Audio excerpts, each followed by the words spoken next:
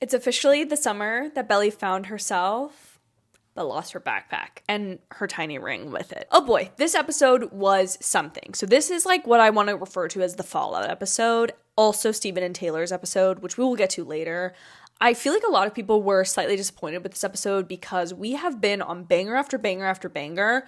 We Can't Be Friends, Beach Confession, next episode, rehearsal, wedding gets called off. If they were not jumping immediately to Conrad and Belly being together, this episode was going to be a reduction in the hype. However, I think this is really important. You need a balance or else you don't really recognize when something is peak. And I think with this episode, again, yeah, it's not like I don't have the biggest reaction to certain things in this episode, but I think it's really important for the way that they set up the last 2 episodes of the series, that they give a breathing space between the calling off of the wedding and Jeremiah and Belly literally still being romantic last episode and jumping all the way to Conrad being endgame, which I still believe that he is, and I will stand on that ship until it sinks into the middle of the ocean if it does. I kind of wanted to break this episode up by characters because I do think this episode serves very distinct different purposes for all of our characters. And let's start with my boy Connie baby because he was barely in this episode, but again, I think we're going to be seeing a lot more of him, whether it be through narration, whether it be through his letters. And so I think it was really important in this episode to have him like be at his not lowest point, but almost realize that the wedding's been called off, but like he isn't immediately going to get to run away with this girl. It's kind of this coming to reality that we're like, he can't just also like let his whole life sit aside for Belly. That's why I genuinely believe at the end of the episode, he is flying back to California, because I haven't really seen people debating whether he's going to Paris, but obviously there's been talk of, does Conrad go to Paris? Because now he knows where Belly is. I think he's genuinely going back to California. I think we're going to see some shots of him and Agnes. I think the next episode, again, I'm getting ahead on my theories. I think we're going to skip some significant time to move the story along in the way that it needs to move. Yes, it was sad for me to not have a ton of Conrad moments this episode, and obviously no Conrad Belly moments since they did not speak at the airport, which I do really love that choice because he gets this call about this thing he's been praying about, he admits to his dad, calling off like the wedding ending. He gets his wish, but like is also not really able to reap any of the reward of like why he would have wanted that to happen. He is on off terms with his brother. He's on off terms with Steven. So I feel like this episode was just this massive like reset of like, here's where everybody stands with one another, and the only couple that gets to be happy right now is Steven and Taylor. One key Conrad moment in this episode for me was his conversation with Adam. It's the first time you've seen him and his dad really have like a heart-to-heart conversation and not be coming at this vindictively. I have, of course, been rewatching the show, and in season 1 at the 4th of July episode, Conrad's like entire mood shifts from how he is the morning of the 4th of July to when he realizes his dad is coming into town and is there, because he's just faced with all the things he dislikes about his dad and in some ways himself, because the two have always been compared so much.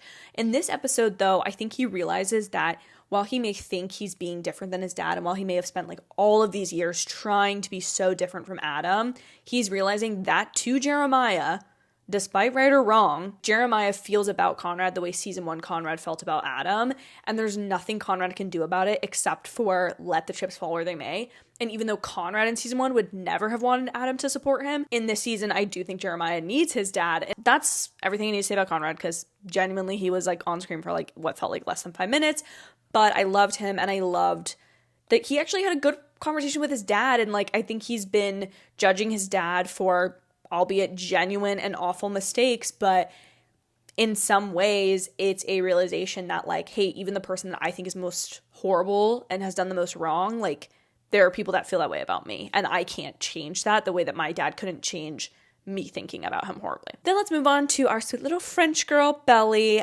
First and foremost, homegirl did not know enough French to be trying to get a spot in her like study abroad. Like, 1, how did she get the spot in the first place? 2, part of me thinks that her lack of French at the airport is because she's so flustered and she has lost herself that this thing that she's supposed to be really good at and is supposed to be part of her personality is something she's like kind of forgotten. Like, I think that's the core there. However, I did find myself making a lot of jokes about like, this is why Belly reading the Hunger Games, like you might be able to say Victor and tribute and like games in French, but that's not your passport. That's not getting you through customs. That's not getting you food on the street. It's not calling the police for help when you get your backpack stolen, because tourism 101 is that you do not leave your bag somewhere, especially like the fact that her backpack is a Coach backpack, which I only realized because Lola Tung is a Coach ambassador, but it is a Coach backpack. So I'm just kind of like, Belly, girl, what were you thinking? Like, of course someone was going to see that and snatch it because you just walked away. Like the fact that she calls her mom because safety first, but also the fact that Laurel is kind of like, hey, I can fix everything for you. And Belly kind of decides in this moment to chase down the backpack rather than like calling it a day. And I've seen some theories about the fact that like, is the infinity necklace in there? And that's why she's trying to track it down.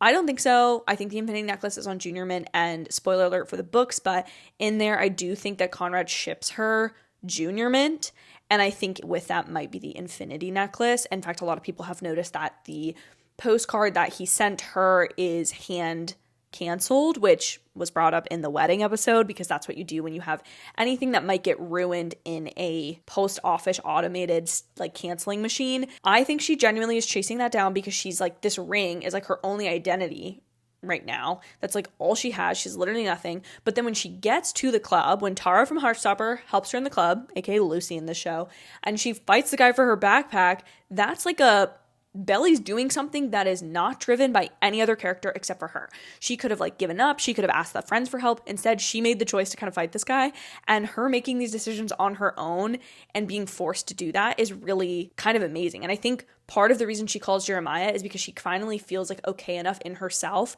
after that moment to give him a call when she thinks she's going to the airport. And that's when Jeremiah makes me so upset that I can't barely even talk about it. We'll get to him in a moment. Focusing on Miss Belly, she found some new friends. She's found, confirmed Benito, who is a Spanish guy that is referenced in one letter in Conrad's letters in the book to Belly. So there's a lot of room for expansion. Do I think we're really going to get a full romance next episode with Benito? No. I do want to point out that Belly here has she's in her gray sweatshirt and the same outfit she left in, which are gray and like a white t-shirt with blue jeans, and this is like a very basic outfit compared to a lot of the other like very cute stuff she's been wearing this season.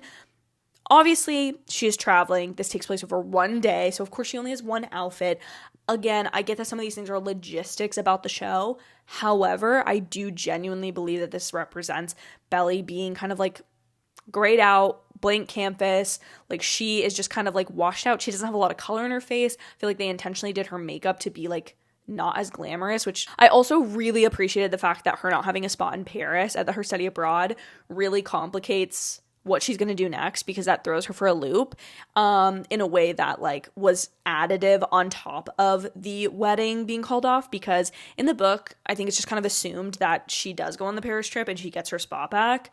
But here, I love the fact that she pulls up and they're like, no, like that's an old spreadsheet. Like, so Miss Belly is realizing she can rebuild, and good for her because she needs to desperately. And I'm very excited to see that unfold in this week's episode. But villain of the week, villain of the season, villain of the show, who I am starting to believe is not going to get a redemption arc, is Jeremiah. Of course, I know most of us here are Team Conrad girlies, and I honestly don't understand after this episode, not that I'm judging you, I am a little bit. I don't understand how anyone can be Team Jer after this episode. Listen, the biggest turnoff for me is when you're talking about marrying a man. I'm not talking about a guy that you have a fling with or a guy that you date. But when you're talking about marrying someone, picking a life partner, financial responsibility is important. And maybe this is the 25-year-old adult woman in me and not the teenage girl talking.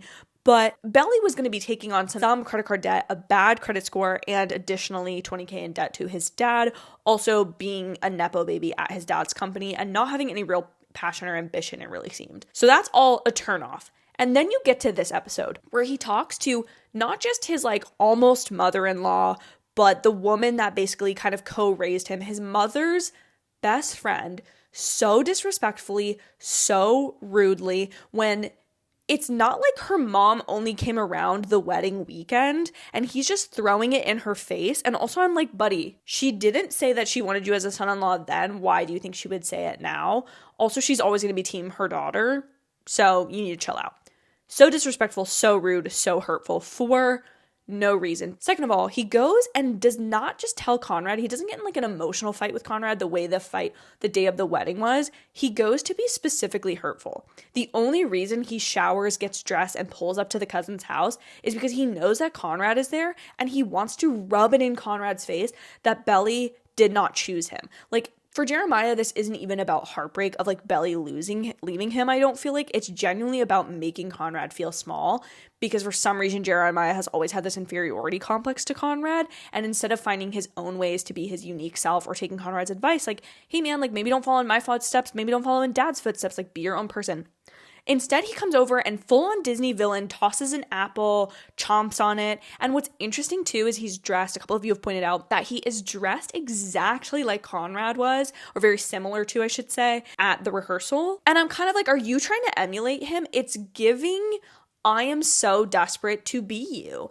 And I don't like it at all. It is grody, it's gross, and it's honestly, it makes me so mad, because this episode, I was like, thank God, Belly. Like, thank God. Like, the whole season, yes, last episode I did feel bad for Jeremiah. I did. I felt that empathy in me. I felt myself feeling bad for him, because that is an objectively hard thing to go through, is your wedding being canceled the day of. However, I'm starting to believe that Jeremiah not having a redemption arc and or hating Conrad and Belly is going to be a part of what Jenny Han was referring to, and she said she likes hopeful endings, but she is not like insistent on a clean ending, because in the book it's very much implied that Jeremiah is with somebody else the day that Belly and Conrad get married, and that he's okay with it, and he kind of smiles at Belly and things are fine. It's also implied that Belly has talked to Jeremiah, and that Jeremiah and Conrad have kind of sort of fixed things. They may never be the same, but they have, like, they're cordial and they can be in the same room and they're fine. In this show, I'm starting to feel like that's not gonna happen. I guess I can't, beyond like being like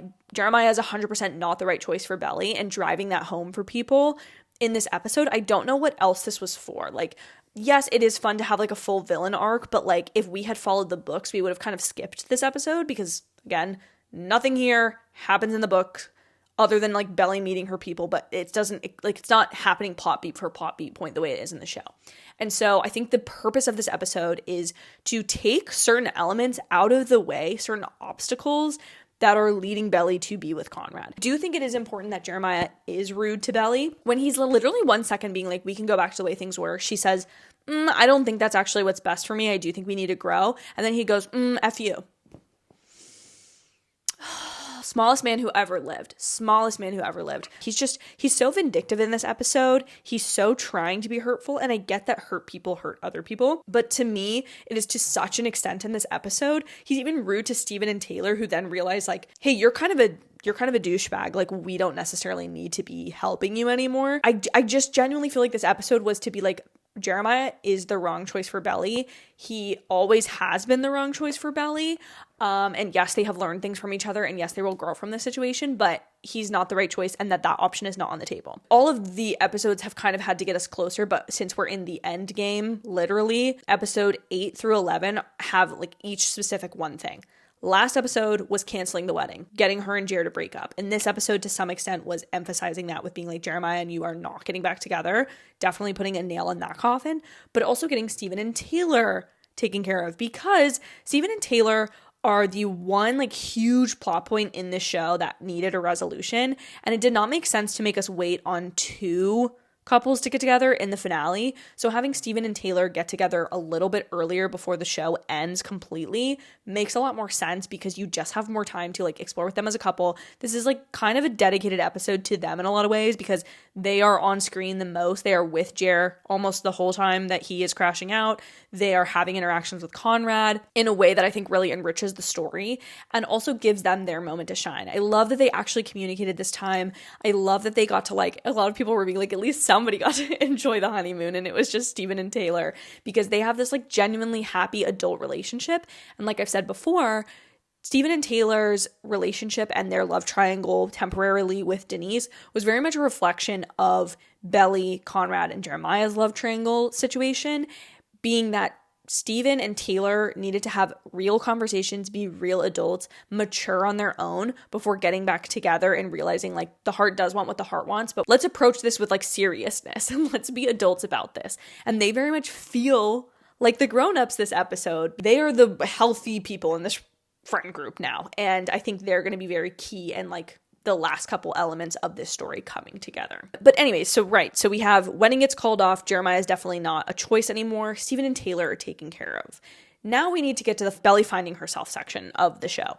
which I think we're very firmly in with her being in Paris in the first place, choosing to stay, making these friends, and any type of look into Paris I think is very much about like Belly forming a life of her own and not having that be tied to literally anything else in her life. And how does she start to integrate the other elements of her life back into this new life that she has built for herself? I think that's where we're going to get to see Taylor visit her in Paris. Maybe Jeremiah goes. I know there's been some behind the scenes stuff. I think it's important to Belly like expanding herself and merging like this new version of herself with all the things that like are important, because you don't just like go cold turkey on the rest of your life just because you like decided to go live in Paris for 6 months or whatever. I think that the final element, of course, after Belly has found herself, is going to be her choosing Conrad. And I do think we're going to get that, but I do not think we're going to get that until the finale. And I don't think it's going to be rushed. I genuinely think they have to have such a good plan for how they get back together, because that is what everyone is waiting for. Like, the whole show could be about a love triangle, but this season is about Belly and Conrad. And it's been that way, I would say, probably since like episode 5, when we got Conrad's perspective on things. Maybe since 4, if you want to argue that. Now that we know the direction we're headed in, we've analyzed all our characters, we've talked about all the different outfits and the colors and blah, blah, blah, blah, blah, all that kind of jazz. What are our theories for the last 2 episodes? Which is crazy that I'm saying that. I'm going to go speed round in or out on these theories because I have been recording for far too long. But I am definitely out on the theory about Conrad dying. If you're not familiar, people have been talking about the fact that in the trailer, Belly's line is, "Life is too short not to spend it with the person that you love or the people that you love." I think what she's talking about is obviously a realization of Susannah having died and not having infinite time with her. Steven having his near-death experience at the beginning of the season really put things in perspective for the characters. And I think that with Conrad, people have taken it out of perspective to be like, something horrible and tragic is going to happen to Conrad. Potentially he's going to get a terminal diagnosis. Potentially something horrible is going to happen to him. What is wrong with the people coming up with this theory? Listen, we all love to theorize.